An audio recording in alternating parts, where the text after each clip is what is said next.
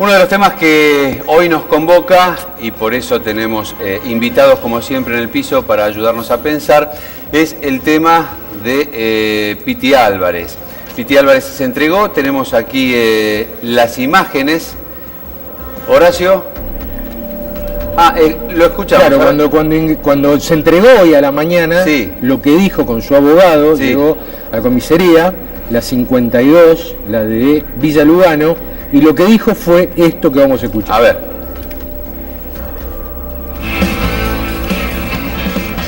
Empiezo a preguntarme cómo puedo hacer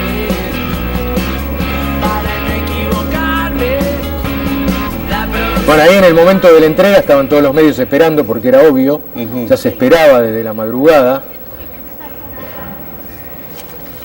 ¿Qué fue lo que pasó? ¿Me podés contar qué pasó? ¿Sos inocente, Piti?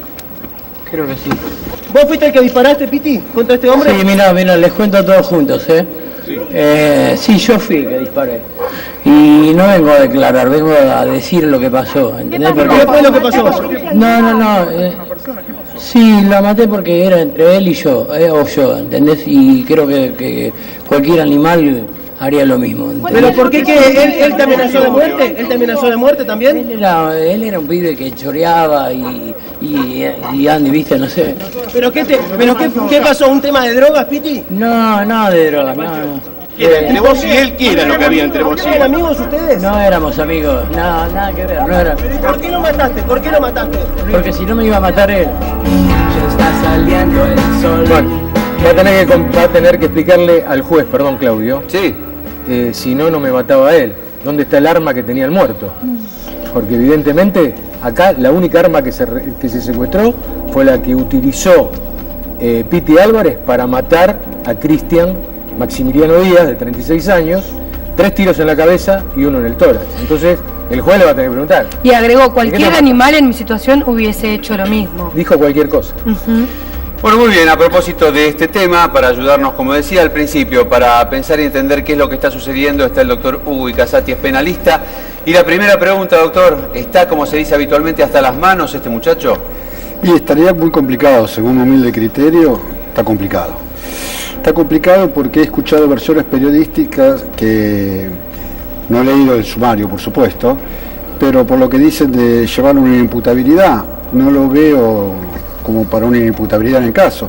Fíjense ustedes que tuvo la lucidez suficiente para ir a buscar el arma, venir, lo remató en el piso, según dice un testigo, se descartó del arma y se fue manejando a esconderse, o sea que no estaba en un estado de inconsciencia o que no controlaba o no comprendía la criminalidad de sus actos. Tengo entendido, perdón que me interrumpa, que es exactamente lo contrario a lo que piensa el perito Rubén Martín. Gracias por estar, a vos por invitarme. Puede ser. Me pareció ver una cara similar. No, y en realidad lo mío es experiencia de hacer mucho penal y ver esta situación repetidas veces. Hoy estaba charlando de nuevo con el mismo grupo con el que yo me manejo, con el doctor Claudio Fogar y con Dante Morini, estábamos charlando de esto. Técnicamente, la defensa es muy fácil de armar. Si vos me preguntás cuál es el final de esta historia, es que si bien es cierto lo que el doctor acaba de decir, hay varios intermedios en el acto, está dividido en varias etapas, perfectamente la defensa va a arguir de que hay aún en estado de alienación no plena, hay momentos de lucidez en donde la persona puede situarse en tiempo y espacio y estar en realidad con el cerebro completamente partido. ¿Usted piensa lo mismo, doctor? No está muy convencido, cuénteme. No, yo considero de que independientemente de su grave adicción a las drogas, tenemos que situarnos en el momento del hecho. Al momento del hecho, para mí él era consciente y con pleno uso de sus facultades, sabía lo que estaba haciendo. Porque fíjese que después, sin arrepentimiento, como algo natural, él mismo dice, ante los medios, no sé, ante la justicia, lo maté yo le disparé, era él o yo, o sea que él recuerda el hecho, no obtuvo ninguna amnesia posterior. Que él lo confirme significa que él recuerda exactamente cómo lo hizo y en también qué momento. Da la analogía de eso que es lo que dice. Digo, condice el hecho de confirmarlo con haberlo hecho? Sí, yo creo que sí, porque si él fuera realmente inimputable tal vez hubiera olvidado temas o estaría bajo un estado de emoción violenta. Eso en derecho se representa con 3 puntos. Es una amnesia total de lo ocurrido, es un arrepentimiento, comúnmente el que se presenta en la comisaría y dice lo maté, que no ha sido lo que ha pasado acá. O sea que acá él ha tratado en cierta forma de desvincularse al hecho de descartarse del arma, salir manejando y saber cómo. No, y aparte agregar que después que mata a esta persona, se va a un recital de Ulises Bueno en Ramos Mejía. O sea, le importó 3 pepinos de lo que hizo y a las 7 de la mañana recién pensaba a ver si se entregaba o no. Sí, ahí hay que ver cómo lo interpreta después, porque también se puede leer, hacer una lectura de que estaba totalmente alienado, no se daba cuenta de lo que acababa de cometer y fue y siguió con su vida. A eso exactamente. A eso me refiero. Yo digo que si no se hubiera dado cuenta de lo que acababa de cometer, no se hubiera descartado el arma. La hubiera guardado en el auto y se hubiera ido como si nada. Tampoco se hubiera ido del lugar. Bueno, el juez que está a cargo de la causa, Yagarola, ya ya hizo el pedido para que se le practiquen exámenes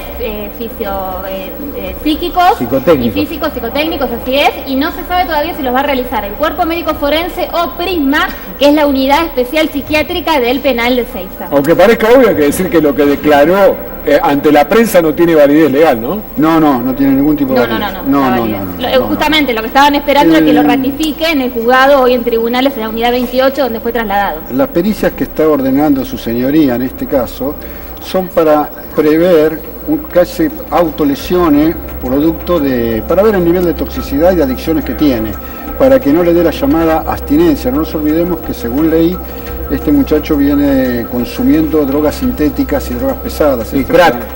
Entonces una crisis de abstinencia puede llegar a ser mortal. Sí, aparte hoy tuvo una descompensación cuando estaba en la comisaría para ser trasladado a la unidad 28 en tribunales. Se descompensó, tuvo que venir el SAME, lo tuvo que atender. Pero más allá de eso, yo creo que primero le van a hacer los exámenes psiquiátricos dependientes del cuerpo médico forense. Y después de ahí se lo deriva a la división de salud de la cárcel de Seiza y ahí se le hace otra evaluación con respecto a lo que decía el doctor en el tema del consumo de drogas.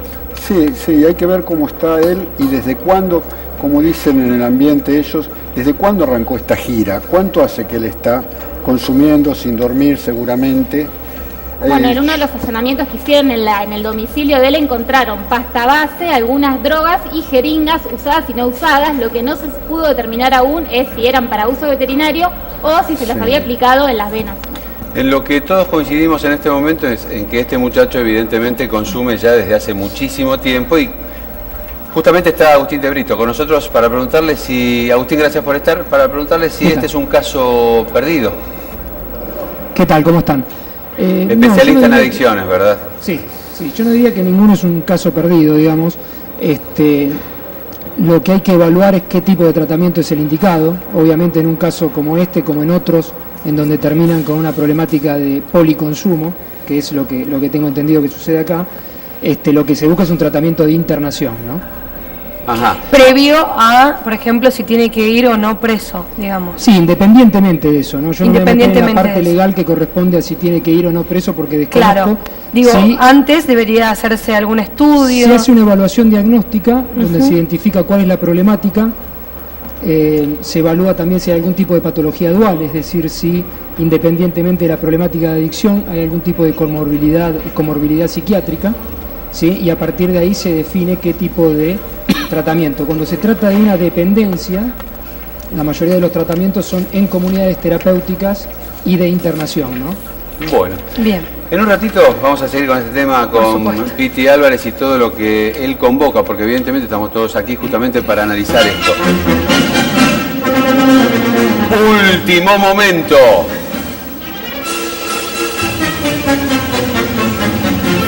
Piti Álvarez se negó a declarar.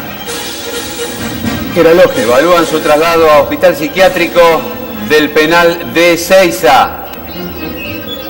Amplía esta información nuestra compañera Valentina Blasón. Valen, adelante. Muchísimas gracias, Claudio. Exactamente, según fuentes judiciales, el cantante Piti Álvarez se negó a declarar en una audiencia que fue muy breve con el juez Martín Yadarola. Fue hace instantes esta información de último momento que acabamos de obtener, así que lo que se sabe ahora es que están evaluando a ver si lo llevan a la unidad psiquiátrica del penal de Seiza, en donde pasará la noche y en donde se verá cómo va a seguir esta situación procesal con respecto a lo que se acusa, esta causa que está titulada como homicidio agravado por el uso de arma, lo que implica una cantidad de años en prisión y que eso va a determinar el juez a medida de que se vaya dando la investigación y a medida también de lo que vayan dando sus resultados psicofísicos, porque luego de la revisión médica esos resultados van a determinar si esta persona puede o no ser inimputable, lo cual hay muchas incógnitas y dudas en el ambiente, ya que la persona, el Piti Álvarez, utilizó una maniobra selectiva, lo que se llama, luego de cometer el hecho y después de haberlo declarado ante los medios, la persona fue haciendo especie de maniobras con conocimiento propio de lo que estaba haciendo. Se fue con su pareja, con esta persona que lo acompañó en el vehículo, se fugó, tiró el arma, se fue a bailar y nuevamente se perdió a los ojos de la policía y de la justicia. Por lo tanto, la situación es la siguiente: homicidio agravado por el uso del arma, por lo cual se lo acusa, pero el juez va a seguir con la información y con la investigación adelante para determinar qué va a pasar con el Piti Álvarez. Gracias, Valentina. Bueno, Horacio Frascarelli. Era lógico, el tema de que se iban a llegar a declarar, era lógico porque el abogado defensor, primero, para defenderlo, lo que tiene que ver son la declaración de los testigos y obviamente tiene que ver el expediente. Si no, no lo puede defender. No tiene argumentos para la defensa. ¿No es así, doctor? Está perfecto lo que hicieron, es muy inteligente. Aparte de un muchacho que no sabemos cómo es su estado, ya había declarado mal ante los medios, lo mejor es que se niega a declarar. Total, puede declarar en cualquier momento del proceso. Exacto, con posterioridad. Y además recordar que este hecho de negarse a declarar es un derecho que tiene el imputado y eso no puede ser de ninguna forma tomado en su contra. Lo que sí quizá tiene el juez que puede considerar para pedir una eventual detención por peligro de fuga es porque él tiene antecedentes penales, porque estuvo fugado durante alguna cantidad de horas y bueno, después algunas cuestiones, ¿no? Como por ejemplo este hecho, a ver si piden la inimputabilidad o no. La persona estaba desarmada, porque en un momento también se pensaba que el abogado quizá no iba por la inimputabilidad, sino por la legítima defensa. No la podría pedir de ninguna forma porque no tenía ni siquiera un arma blanca. Exacto. Ni un arma de fuego la víctima de Piti Álvarez. Lo que pasa es que estaba en el lugar del homicidio, también había gente del lado de Cristian Maximiliano Díaz. Y obvio que también hay que pensar que pueden haber retirado el arma que tenía el fallecido, si es que tenía.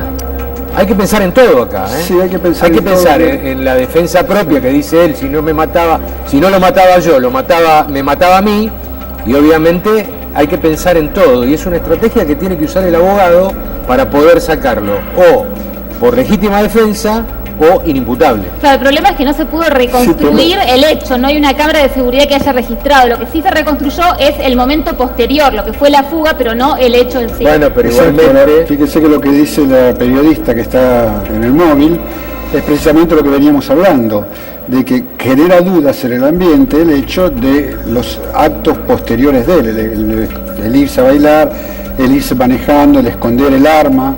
Todo eso, lo cual lo llevaría a que en ese momento estaría consciente de lo que estaba haciendo. Doctor, usted dijo recién, es muy inteligente lo que hicieron. ¿A qué se refirió específicamente? Y hacerlo negar a declarar. Ajá. Hacerlo negar a declarar. ¿Y también soltarle el collar a la mañana y dejar que declarara? Lo que declaró también lo perfila como... ¿Sabes qué sucede? ¿Sabes qué sucede? Hay que ver también, el abogado no estaba cuando él hace esa declaración. Pero eso es parte de la estrategia, es más. Estaba con el abogado en el auto. Cuando lo presentan los periodistas, no. Pero hay algo más entretenido en todo esto, que el abogado puede manejar la situación del penalista perfectamente, jugando entre la patología de base del imputado junto con la legítima defensa, porque vos recordás que el artículo que te habilita en la legítima defensa es que vos presumas de que tu vida está en riesgo. El tipo argumenta psiquiátricamente que estaba en un brote paranoico y ya gran parte del dibujo lo tiene pintado. Sí, pero no hay proporcionalidad entre estamos de acuerdo, pero él puede... A ver, estamos hablando de que él lo único que tiene que demostrar técnicamente es que tiene una patología de base lo suficientemente estable a lo largo del tiempo como para decir que, bueno, en determinada fracción temporal, el tipo supuso, o sea, Pitti supuso que su vida estuvo en riesgo. Lo liquida, uy, ¿qué hice? Tira el arma. Hay toda una... la ley no te exige para que seas completamente imputable el hecho de que vos constantemente estés en tus cabales para decidir si sos consciente de los actos criminales que estás perpetrando. Vos perfectamente, con una patología de base psiquiátrica y toxicomaníaca que tiene este sujeto, está en el borde como para tener un argumento de defensa y que pase a un estadio de inimputabilidad. Agustín de Brito, a propósito de este tema, justamente se me ocurre una pregunta. Este es un problema en el que la sociedad tiene un alto porcentaje de incidencia, uno elige llegar a esto.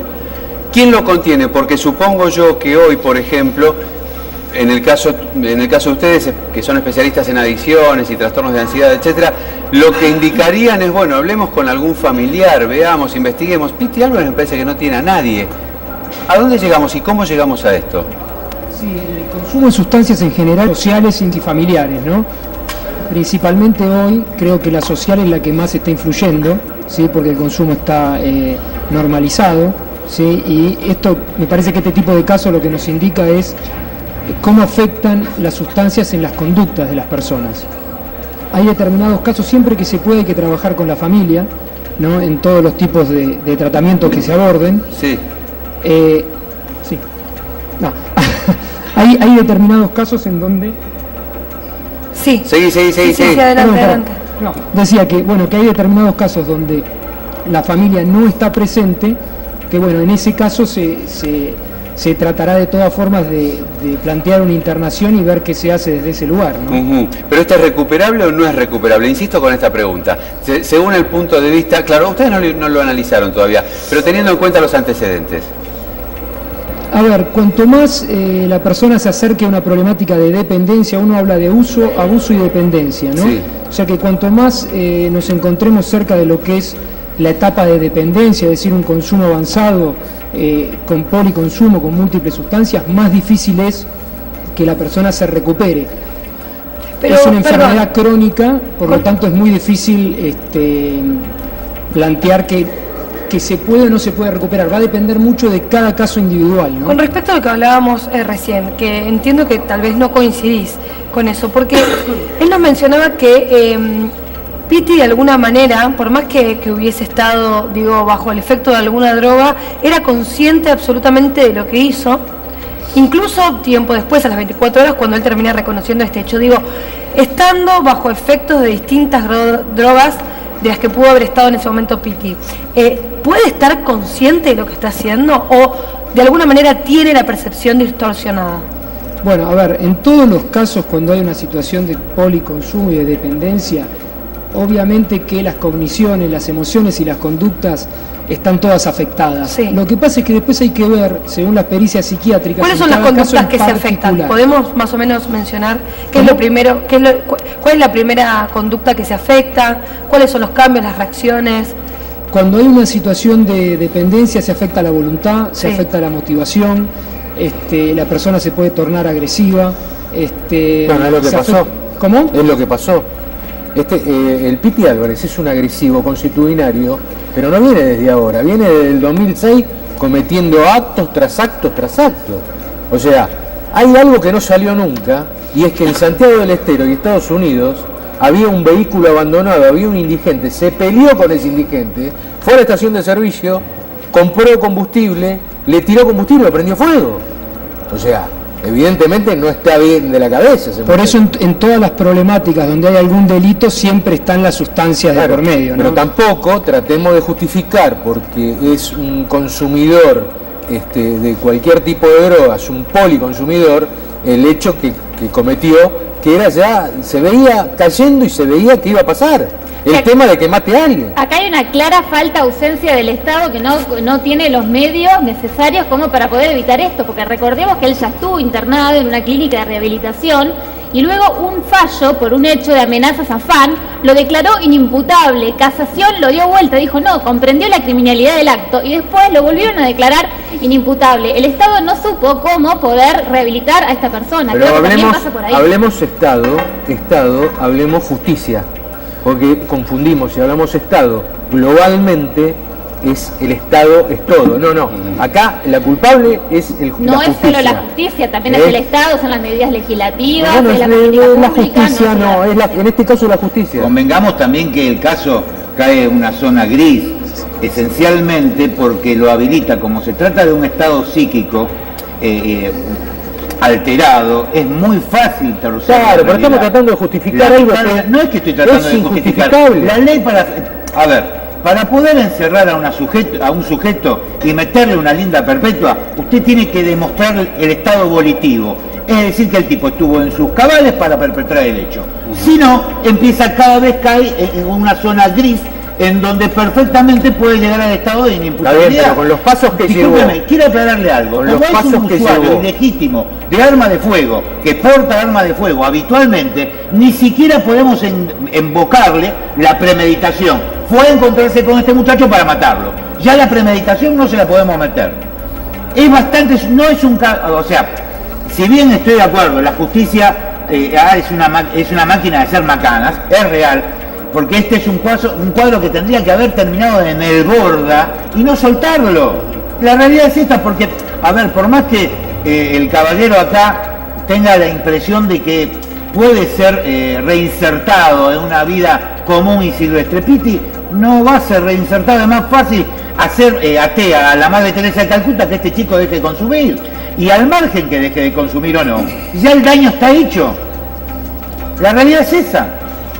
Una vez que usted amputó la pierna, por más buena voluntad y que le pongamos una ortopédica, el tipo va a estar en rengo el resto de la vida, o lo que le quede de ella. 2 veces en el mismo juzgado cayó alguna de las causas de Pitti Álvarez en el juzgado del doctor Ciruzzi. Y el doctor Ciruzzi una vez dijo, tras haber cometido un hecho grave, le dijo, bueno, vaya a hablarles de rock a los chicos del colegio, como una probation. Es hasta peligroso mandarlo a hablar de rock con los chicos de un colegio. Entonces la pregunta mía, doctor, ahora es, suponiendo que tengamos que ayudarlo y tengamos que sacarlo, ¿podemos sacarlo? Y habría que ver bien la causa, analizarla bien, sería muy irresponsable analizarlo o condenarlo o absolverlo acá. Habría que ver bien la causa.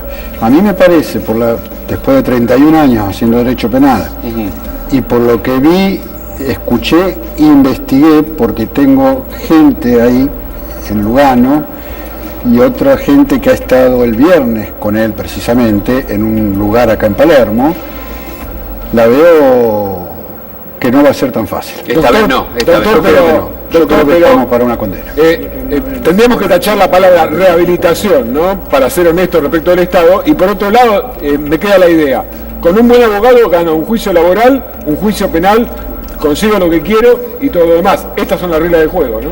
No. ¿No? No es así. ¿Somos todos iguales ante la ley? Considero que gran parte sí, y si no, ¿sabe qué? No tendríamos detenidos, no tendríamos condenados. Sí, pero hagamos un censo. No hay un penalista que no tenga un condenado. Pero hagamos un censo de cuántos de esos detenidos son realmente con un alto poder adquisitivo. ¿Sabe a qué me refiero? Sí. Una pregunta muy difícil, digamos. Pero es el escenario real, ¿no? Sí, pero yo creo que este caso no... Me parece a mí, tengo la impresión de por lo que leí... No, creo que hasta puede empezar la fama, por eso... Tengo entendido que hay 13... Hay una señora que declara que es lapidaria, hay 2 vecinos más y una persona que estaba con el muerto. Creo que hasta donde sabía había 4... No, pero era 10. Ahora aparecieron más. Bueno, a mí me dijeron eran 4. Sí. Ahora, doctor, en el caso de que usted lo tendría que defender, ¿qué estrategia utilizaría? Y tendría que analizarlo muy bien la causa y a partir de ahí ver. ¿Iría por el lado de la imputabilidad? ¿Iría por el lado de la imputabilidad? ¿Iría por el lado de no, la legítima defensa ya la legítima defensa? Eso ya estaría descartado. O sea, ni siquiera lo meritaría. Podríamos llegar a ver un tema de inimputabilidad. Ahora, si el país lo escucha a alguien, al que sea, diciendo sí, lo maté porque era él o yo, y vamos a la justicia donde puede salir, digamos, estamos viviendo en un mundo equivocado, ¿no? No, totalmente de acuerdo en eso, coincido con usted plenamente. Fíjese que cuando me preguntó acá el señor periodista, ¿qué dije yo? Lo veo difícil el tema de la importunidad, la veo difícil esta causa. ¿Por qué? Porque, le vuelvo a repetir, para mí el tipo no estaba perdido. Desde el punto de vista que tuvo la inteligencia o la picardía de descartarse del arma, irse manejando, ir al recital, y cuando le avisan o se da cuenta que lo están buscando, esconderse, o sea, de que tan loquito no estaba, me parece a mí, ¿no? Los antecedentes demuestran, ¿no? Todo empezó con un robo, después fue a una amenaza, a pegar un tiro en una pierna y ahora termina. Sí. Tenemos a un especialista, tenemos un especialista en adicciones acá en el piso. Claro, por eso ¿estaba perdido el Piti Álvarez o no estaba perdido? Mire, eso yo no lo puedo responder. O sea, yo puedo hablar en términos generales sobre las adicciones y sobre qué es lo que yo considero que se puede hacer en determinados casos, pero no hablar específicamente. Pero en ese caso puntual, realmente desconozco. Puede haber estado, como no, eso depende muchísimo del efecto de la sustancia. Pero como especialista en adicciones usted no puede interpretar cómo estaba él, evaluar las actitudes. Se tienen que hacer las pericias psiquiátricas y los psicodiagnósticos necesarios como para evaluar eso. No, yo no puedo. Te cambiamos la pregunta. ¿Cómo se llega a esto? Bueno, yo creo sí, en gran parte se llega por una cuestión social, ¿sí? En donde, como decía, está normalizado el consumo, en donde creo que si previamente se hubiese realizado algún tipo de abordaje terapéutico, quizás no se termine en una situación como esta, ¿no? Por esto que yo decía, se habla de uso, abuso y dependencia.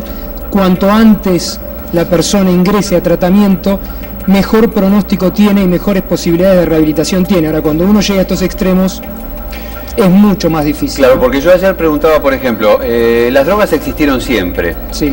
Lo que no recuerdo que haya existido siempre es tanta violencia producida por la droga. Pero más allá de eso, ayer justamente nos decían que, no sé si fue acá Martín que nos dijo ayer casualmente, que la persona tiene que tener una predisposición, una personalidad de base como para llegar a esto, ¿no? Sí. A ver, hay una cosa que es habitual y que todos nosotros conocemos, seamos especialistas en algo o no. El alcohol es una droga de uso popular, de uso común, muy ligeramente reglamentada. ¿Y qué es lo que te hace, cuál es el efecto primordial que tiene el alcohol? Desinhibirte.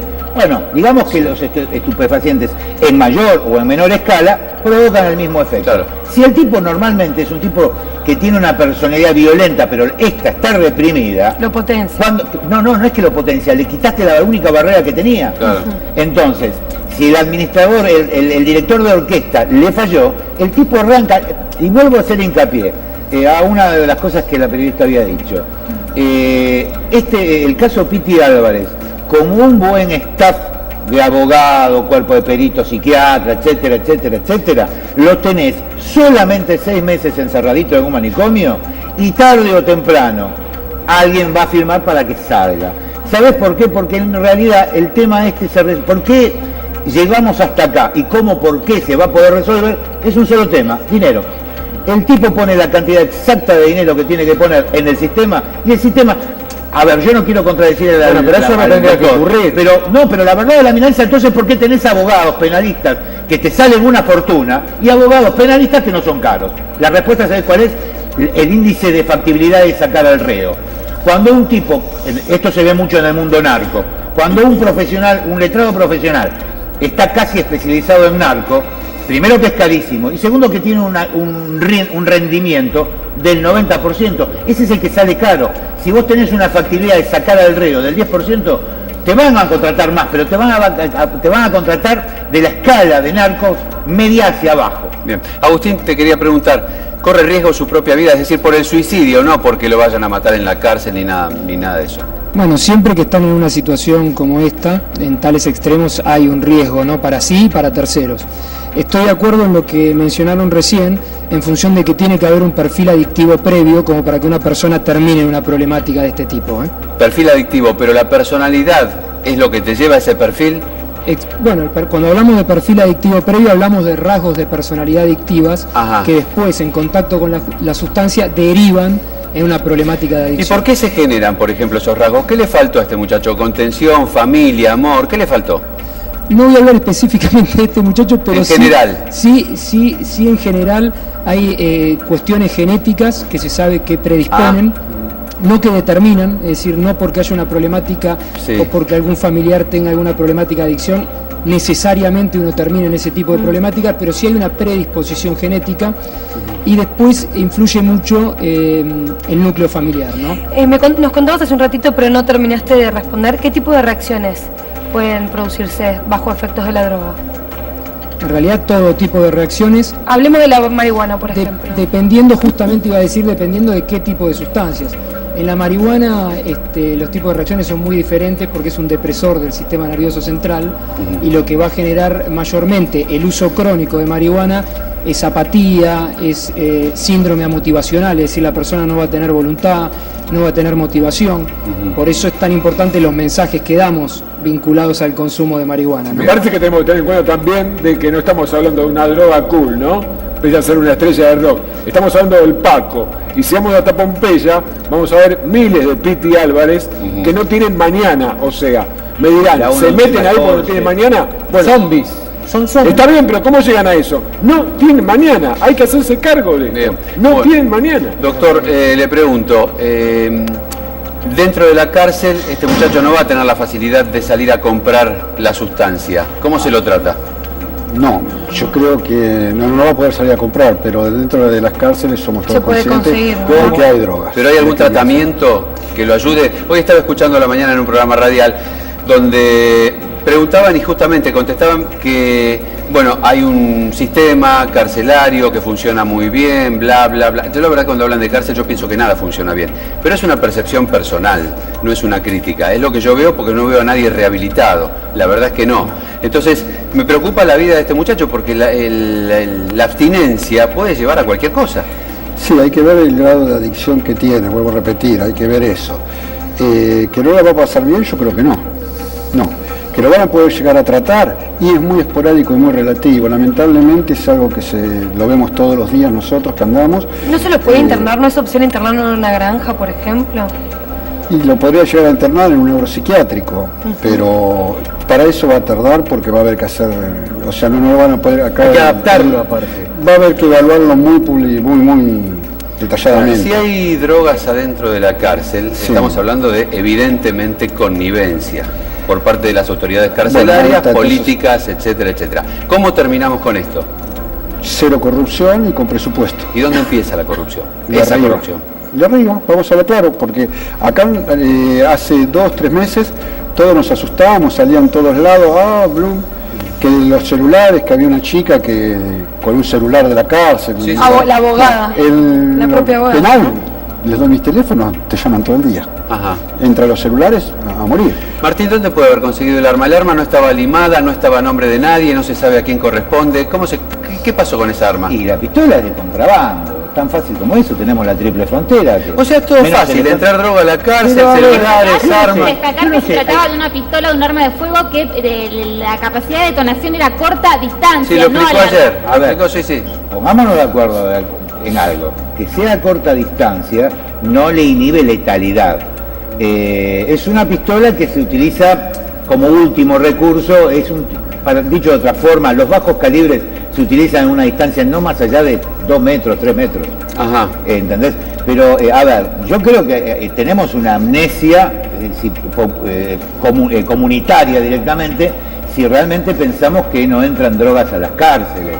Recordemos que de una cárcel se escaparon 3 para un año nuevo. Bueno, y con consenso le abrieron la puerta y dijeron tenés el auto en la puerta. Y hay casos en que no jodamos más. De la misma cárcel los detenidos siguen a cargo de la venta de drogas, la siguen distribuyendo desde ahí mismo. En la cárcel la única diferencia, a ver, quiero dejar a nivel global algo en claro. La única diferencia entre Piti en una cárcel y Piti fuera de una cárcel es el costo, es lo mismo que estar prófugo.